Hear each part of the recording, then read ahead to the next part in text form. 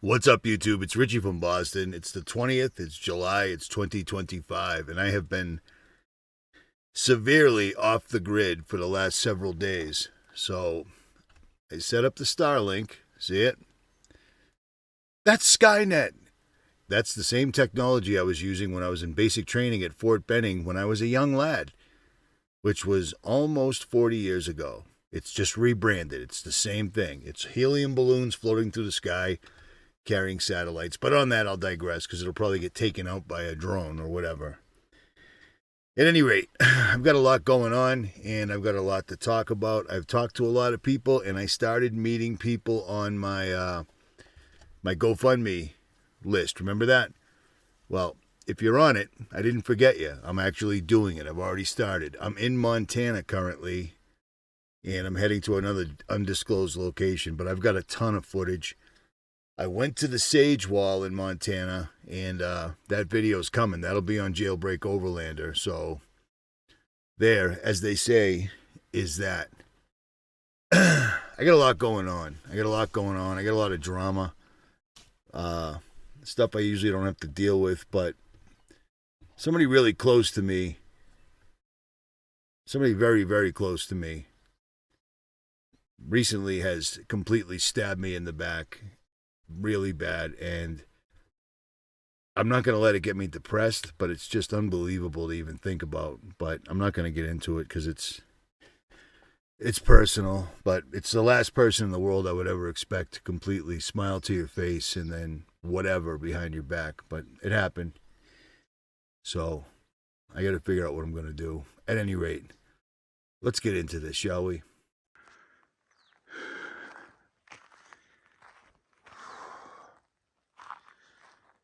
Man,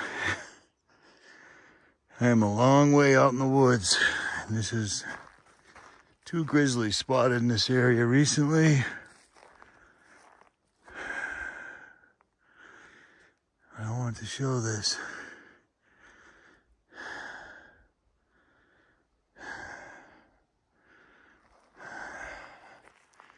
That's a weird place for that tree, that sign to be.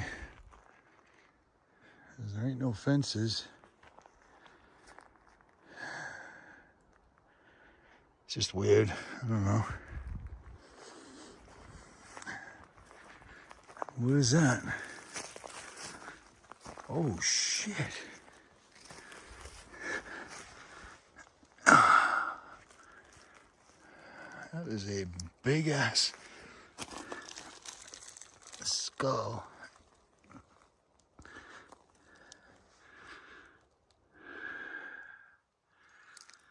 Wow.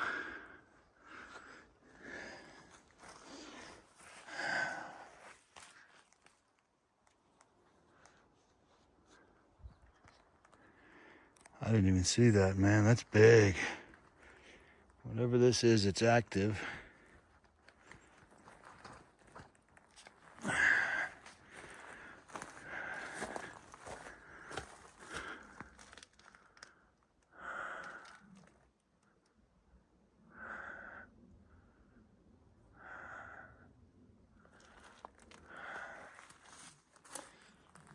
That's crazy.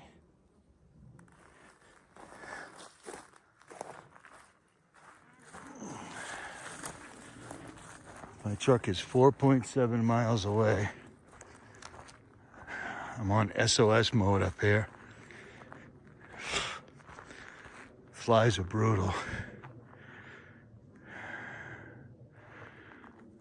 But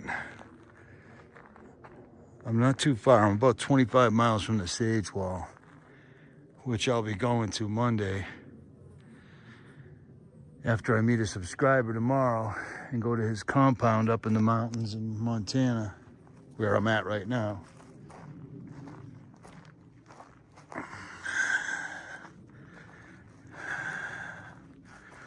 What's up, buddy? So I put that clip in there to give you an idea of what it is I've been doing. I left my house Friday morning, last Friday, so I've been on the road for about 9 days.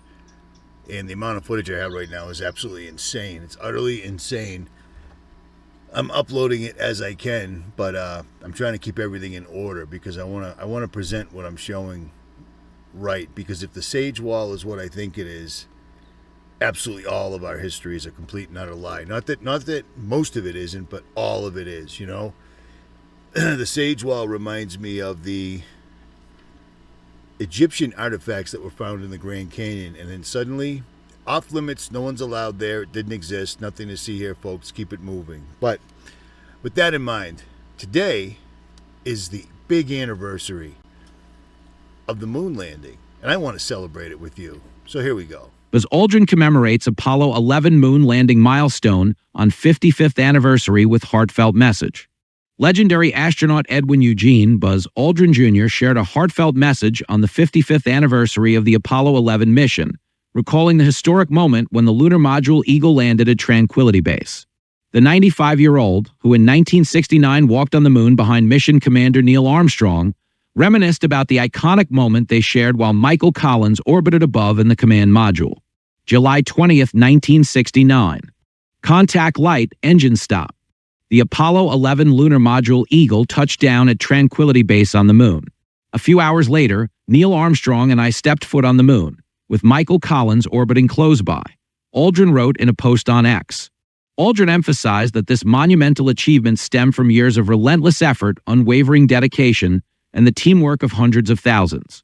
An achievement resulting from years of incalculable effort, commitment, and teamwork. Aldrin invoked President John F. Kennedy's powerful challenge to reach the moon and see Kennedy's words become reality. We choose to go to the moon in this decade and do the other things, not because they are easy, but because they are hard. Okay, I can't listen to any more of that. Take a look at these pictures right here. Let me ask you something.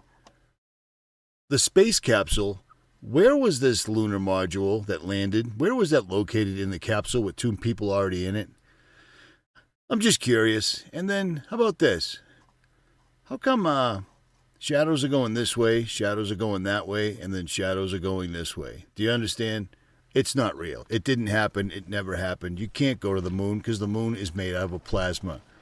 You cannot land on it, period, whatsoever, at all. But, hey, in case you forgot, let me explain it to you like you're a little kid. Or actually, let Buzz explain it to you to a little kid. How about that? I don't know what I just did. Son of a...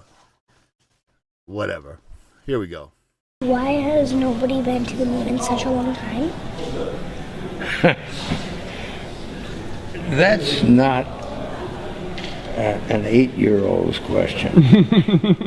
That's my question. I want to know, but I think I know. Because we didn't go there, and that's the way it happened. And if it didn't happen, it's nice to know why it didn't happen, so in the future, if we want to keep doing something, we need to know why something stopped in the past that we wanted to keep it going. But I think I know. Because we didn't.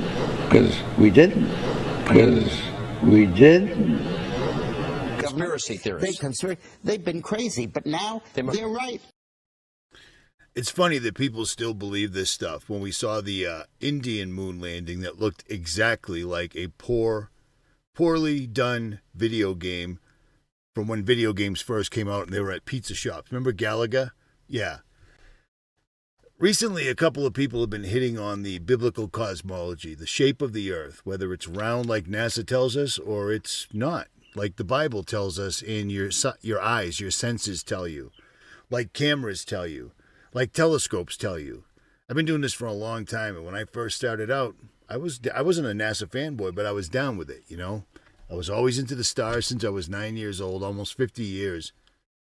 And the better my optics, the more I started understanding that I was looking at things that were inside water. And the more I started looking at that, I discovered that NASA's a complete, utter lie. The moon is made of plasma, and Kennedy, NASA, everyone knew the moon was made of plasma because it came right out. Actual scientists, not NASA scientists, real scientists, discovered what the shape of the earth was. So they had to hurriedly fake a moon landing. And they did. I've been to the Boston Museum of Science a million times, and they have a exact replica of the NASA moon landing capsule there. And I'll tell you what, my iPhone's built better than that. This plastic container is built better than that. This water bottle's built better than that, because they didn't go anyplace. They just made this paper mache thing out of aluminum foil and whatever else they had laying around, and they foisted this on people. And the reason I'm worried about what the real shape of the Earth is, because it does a lot of things. I've said this before and I'll say it again. 60% of the things they're going to pull on us involve things coming from outer space. You've got to understand that. You've got to understand that. When you realize what's really going on, and we can only go up so far, and satellites aren't encompassing the entire Earth, etc., and they're not going to Mars, which is just laughable and ludicrous, man. It's an absolute joke, but they keep pushing that joke because they're always doing things like this. You see what I'm saying? Back in 2024, Will Duffy, a YouTuber named 𝗲𝗔𝗍𝗔, and a bunch of other pals got together to go to the Antarctica and completely prove the Earth was flat. Even though these guys were flat earthers, they wanted to prove or disprove it. Now, I've never trusted 𝗲𝗔𝗍𝗔 ever, and I still don't. I believe that these guys were sent to Antarctica, which is probably simply only AI. Because when this video came out, nobody was talking about AI. But after this video came out, AI was everywhere. None of this is real right here. There's many videos, King Nico, many channels have covered this and shown that this is a complete and utter hoax. Why would they pretend to go to the moon? I mean, pretend to go to Antarctica all of a sudden and prove the Earth was a globe and NASA wasn't lying? Because they had to. Because you can't pull an alien invasion, or you can't have magic rocks or meteors falling from outer space if there is no outer space, which there isn't. There's the waters above and the waters below. You know what I'm saying?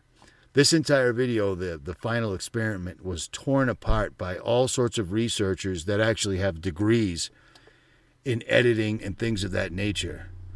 This dude standing there with what looks like a perfectly blue sky behind him, and he's standing on frozen tundra, but his breath isn't producing any condensation at all until somebody points that out in the live stream, and then he bends over and literally hits his vape and gets caught by a third camera doing it. But these guys will go to any extent, and understand this. A lot of people followed 𝗲𝗔𝗍𝗔 till he completely flipped the switch, but I never trusted him. Trust your gut instincts. There are absolutely people that have been on the internet since day one, steering and guiding people, giving them enough truth to keep them coming back, but pointing them in the wrong direction nonetheless. What he's doing right now could easily be done by AI, easily, or what he's doing right now could be done in one of Amazon's new machines where you don't need a green screen anymore. Hollywood uses it all the time. So there, as they say, is that. And plus, you can't land on the moon because it is and always will be a plasma, just like this guy said.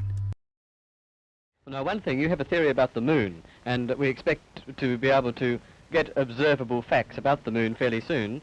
What is your theory? Well, it is by now rather more than a theory. 10 or 11 years ago, I stated to various scientists that the moon is not a piece of rock, but it is a plasma phenomenon, a cosmic plasma, and that this fact will eventually be confirmed. I made certain predictions which were already confirmed in 1958, and the situation now is coming close to a complete confirmation. What will be the result if you're proved to be correct in your theories? The result will be profound and decisive, because it will give proof that a complete reinvestigation of the laws of nature is necessary. Because if the moon is a plasma, no man will ever land on it. The soft landing attempts will all fail. That means that the mass of the moon is less, far less, than is currently assumed. It's in a different state of energy, and it has far less mass. That means there is no more explanation for the tides. If the moon, for example, had only 1,000th part of its current mass, then the tides would only be 2 inches high under conventional theories instead of sometimes 14 feet. And that means that if it is proved that the moon is a plasma, then all gravitational theories are out, and a new concept of the cosmos and of its laws has to be evolved. Aren't you being a bit adventurous, though, because you know we're going to be able to test out your theories on the moon fairly soon? Well, not anymore. 11 years ago, of course, it was rather taking a risk. I was considered a lunatic, of course, but by now the evidence, accumulated evidence, is already so much in my favor that I'm not taking any risks anymore. On the contrary, there is scientific views expressed all over the world now that the moon seems to be of a quite different nature of what was assumed. But the Americans and Russians are thinking of landing men on it. Well, that will never happen. Not on the moon. So that's pretty much it, because again, I'm running off a Starlink right now. Are you kidding me? Why is there a square standby? A square of my face. That was annoying. I've been filming the moon so many times, and I've filmed it coming over the horizon, coming right up over the Atlantic Ocean. Every single time when it gets to about 10 o'clock in the sky, it goes from an orange mass that is literally moving around, and so on the dark continents on it, or whatever they're called. I've got it coming through the Sierra Nevadas. I've got it pretty much everywhere, and I've got it going down into the Pacific. The Book of Enoch explains what the moon is and where it comes from and where it goes. Do you guys remember the live stream where people were literally sending me in footage with timestamps on it from other countries and other places where they were looking at the same moon on the other side of the world that I was in Massachusetts? Yeah, that was a thing. At any rate, I'm not going to talk about Trump. I'm not going to talk about Epstein, because everybody is finally figuring out what I told you the first time around. He's never going to release the documents. Trump is an absolute Zionist billionaire, and he's on the list. Do you see what I'm saying? They're never going to release it. But look what the president is doing. I mean, are you kidding me? There is no list. One day later, the list was created by Obama. One day later, well, there is no list, and anybody that listens to it is a bad person or fake news. We're literally living in idiocracy, because the entire time we've been living in a movie. We're just at idiocracy right now, literally, because their president was a wrestler. Trump, he's been in the wrestling ring, and he's telling everyone he's going to hold a UFC fight with 20,000 fans on the grounds of the White House. That's impossible. It's impossible, but that is idiocracy. Bread and circus. He's done nothing he said he would do, right down to the Epstein list. And you guys have been listening. I'm not even going to... Who cares? That's all fodder. Puff Daddy, Epstein, it's all to keep you busy from Agenda 2030 and the massive amounts of weather manipulation that they're doing. So, with that being said, Richie from Boston, the creek don't rise and the good Lord's willing. I'll get you another one this week or tomorrow. At any rate, I'm out.